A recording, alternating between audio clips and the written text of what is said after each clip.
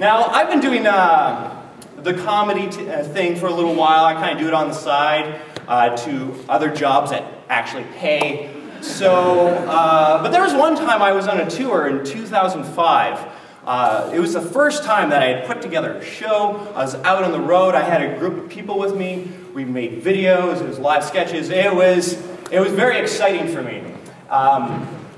And we were getting ready to head out on the road. The very first place we were going to go to was a place called Cochrane, Alberta, which I knew the person who was there. She was in my college, and she invited me out. Oh, Dave, you should come out with your team, because my dad, he's having this big picnic with his business and everything like that, and all these real estate people are going to be there, and all their families and little kids.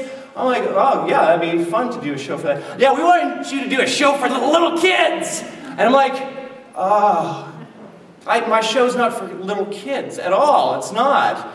Oh, but you have a sketch about superheroes, right? Yes, that's true, but it's not for kids. Kids are going to hate it. They're going to hate it. Absolutely. It's superheroes. Ah! So we went there because they had money. So, we went anyways, against my better judgment, and when I got there, this guy, he was apparently a really good real estate guy. He had a lot of land, and he was your classic conservative to a T. Like, just men are men, women are women, you know, you gotta be tough and all this kind of stuff. And then here comes this from Winnipeg, just like, I love rainbows and I love happiness and dogs and That's what he saw me as, because he heard that I was an actor, you know, and he just had it in his mind, because apparently he used to work in the theater and he used to do lighting, and the people he disliked the most were the actors, because they would just kind of like wander around on the stage, and these guys are idiots. So I'm walking into this already not being liked by this guy, and I'm like, I gotta prove to this guy that I'm a man. I can, you know, I like having fun, but, you know, I can buckle down and be a man. I'll show them all. So, second day we were there, you know, some people are like, hey, let's go horseback riding. Wouldn't horseback riding be fun? Oh, okay, everybody's so excited. I'm like, okay, horses. Gotta be a man, I gotta ride a horse. So I got prepared, I got physically prepared. This is how I did it. I made sure I borrowed some gray cowboy boots. I had these checkered, black and white checkered pants, this baby blue Canucks jersey, and a cowboy hat I borrowed. I was prepared for this adventure. We get out there, we're looking at the horses, and they asked me, what's your level of expertise with the horses? Tell you what, the horse is in charge of this one. Yeah, I'm not telling you, I'm just along for the ride. How about that? And so they gave, okay, get the one closest to death. Come on, bring him along. They gave me Rudy, which was this old show horse. If you know anything about show horses, they are the slowest horse. They're trained to only walk. They don't trot, they don't run. You would have to be an idiot for this thing to go wrong. And this is how I did that. When it started off all fine. I was like, oh yeah, we're having fun on the ranch. And we were going around in a circle in a little train corral, and we headed out on the road. And we're going down the road past the neighbor's place. And my horse decides, you know what? I think I want to go down this road. And I'm like, oh, we're not supposed to go that way. This is the way we're supposed to. And here he goes. I'm like, okay, use authority. I try to like yank. Whoa! Horse is ignoring me. Keeps going. I'm like, okay, now you just gotta. Whoa! Whoa! Horse starts picking up a little speed. Just a light trot at first. I'm like, this is a little disconcerting. This is the opposite of stop. I'm like, no, wow! And then it starts like getting into like kind of a jaunt. I don't know all the horse running terms. Thank you. It was a nice healthy jaunt. I like jaunt. And he just, wow! goes into full gallop, this horse on the verge of death. Just, going. I'm like, what do you do when stop doesn't work? Oh, no! As it's going along, I see up ahead of me that there's a fence coming up. And I'm like, okay, sure this horse is surprising me by running, but I know he can't jump. And so I was just like looking ahead of this. I'm like, this is where I die. This is why I got Superman. You know, I was really scared about this whole thing. And so I was coming up, and the horse slowed down, turned around, slowed down. Oh, thank God. Oh, no! Picks up, goes the other way. I'm like, there's nothing to stop this. And I remember very distinctly as I'm like in slow motion. You know how you have that moment when you're about to die? You know. And you go into the slow motion. I look back over into the other yard, and there I see the dad. And that's when it's just like, you pick up to normal speed. The daughter comes back, comes up the road, like yanks the horse down, just stop it! Just stops the whole horse. Indeed, whoa, and the motion is what stops a horse.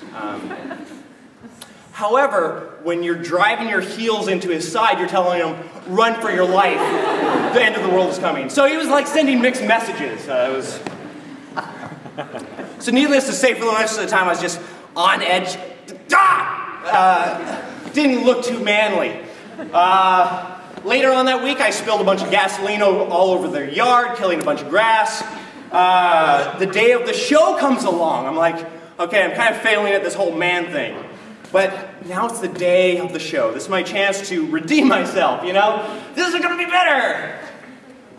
All right, Tyler, I'm gonna just pull up the van with all the stuff to the tent. All right, I'm gonna get in the van. Okay, this is gonna be great. Turn on the van. Okay, put it into drive. And just like immediately, just it goes up on this little lump, and I hear, I do the old look out the window, and there the front wheel of the tire is completely on top of his favorite dog. I'm like, throw it into reverse, get off it, the dog just, and you know when you watch cartoons, when somebody gets hit by a car, they have the tire tread on them? I kid you not, the dog had a tire tread just right across here, just bald patch. Apparently I stepped on the gas a little too hard. Anyways, but the dog was fine. But it was just for the rest of this picnic, this dog was, and just, what happened to him? Don't, please. No good, no good. So we go, now it's the time for the show. Oh, time to shine. We get everybody in there. All the kids are excited. You know, everybody's filling up this tent. And how the structure of the show went, it was a live sketch video. And we would go behind the screen for the video. After the first video and we returned to stage to do our thing, half the kids are gone. I told them this thing was not for kids. And we go back, after the next video, come back out, half the kids are gone again. And eventually, the tech guy was like, you can just come out. It doesn't matter. No one is here. It was so crushing, like that. This is the first place we went, and I was just like, this low. I'm like, how do I redeem myself out of this now? I can't even do the thing that I'm supposedly good at. I can't even do that well. What am I going to do? They have llamas on this farm. I saw my chance. Because while they're at this picnic, they just had the llamas wandering around, just minding their own business. And earlier in the week, I had played this fun game with them. I'm like, oh, I'm going to try to pet this llama. I'm going to pet it. It's going to be awesome. Because they just run away and have a fun little game. And so the girl comes up to me, hey, you should chase the llamas. That was really funny. I'm like, I need to be funny for someone. Okay. I start running, chasing the llamas. John and I, we were like trying to track this thing down, pet it. It was going to be great. Everybody's laughing. Everybody's having a good time. Oh, wonderfulness. Great, great. And then I'm like, okay, I'm a little tired from all this running. I'm going to stop now. And I see that the llamas have not stopped playing the game. And they are, in fact, running towards the exit to the entire ranch. And I'm like, oh no, not the llamas! Like, the llamas were going this long route all the way around, and I had to, like, book it through, like, 4... No! I can't lose llamas! As I'm getting to the front gate, I get one to stay inside. The other one, off down the road. We get a little bit of a search party, quietly together, to go find the llama. We spend some time doing it, and when we get, after about half an hour, I'm like, I'm going to have to go back. I'm going to have to tell him. Go up to the dad. He's sitting by the fire, enjoying himself, and walk up to him. And, Mr. MacArthur, I lost your llama. Words I thought I would never have to say. And his reaction was actually kind of brilliant. He didn't like look at me or anything. He just like said, yeah, figures. You expected me to lose the llamas. It was terrible. So somebody else brought him back and it was all fine. And that was my worst week as a comedian. That was it. That was terrible.